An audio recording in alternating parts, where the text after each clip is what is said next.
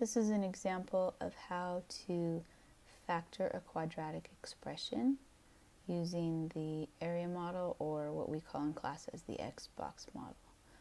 So I have my quadratic in standard form. I have my ax squared plus bx plus 3, or c position. So first thing we're going to do is build our box, put 4 squares in it, and our x. That's why we call it the x box. The x represents the diamond problem portion of this, and the box is the area model portion.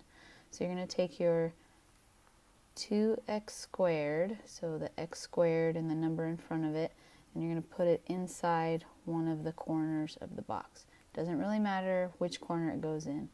What matters next is that the number in the c position goes in the diagonal corner.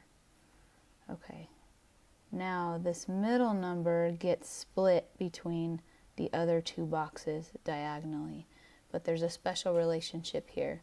When I add these two boxes together, it has to add up to 5x, but when I multiply these two numbers together, it has to be the same number that these two numbers get multiplied to.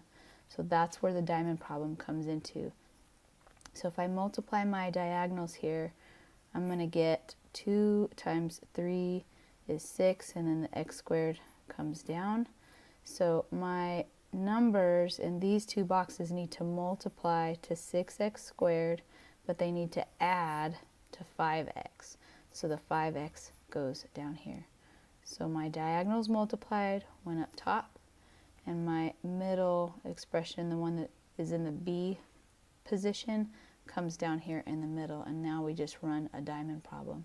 So what I'm looking for is two numbers that when they multiply they equal 6, but when they add they equal 5. I know that both of these are going to have an x, so I'm just going to put the x there, because x times x is x squared, and if I add two x's together I'm going to get some value of x.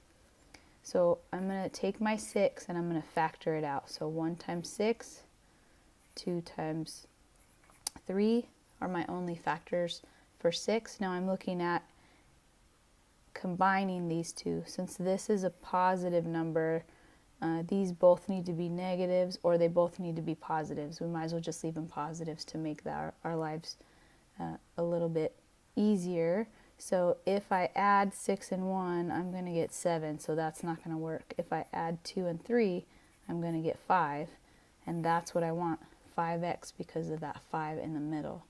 So I take my two numbers, my 2 and my 3, and I plug them into this diamond problem. So now I'm just going to double check. So 2x times 3x equals 6x squared, and 2x plus 3x equals 5x. So my diamond problem works. So I can take these two numbers and I can plug them back into my area model. It doesn't really matter which one you put where. I like to be consistent and just kind of take this whole thing and shift it down into here. Okay, the next piece of this is to find the factors for your area model. So what I'm looking for is in these two boxes, I know that the number that goes up here is a factor of both of these boxes. So what I want is something that they have in common. So they both have a factor of 2, so I'm going to pull a 2 out, and they both have a factor of x, so I'm going to pull an x out. Now I can fill out the other pieces on the outside of my area model. So 2x times a number is going to give me 2x squared, so that has to be x. 2x times x equals 2x squared. 2x times a number is going to give me 2x, so that has to be 1.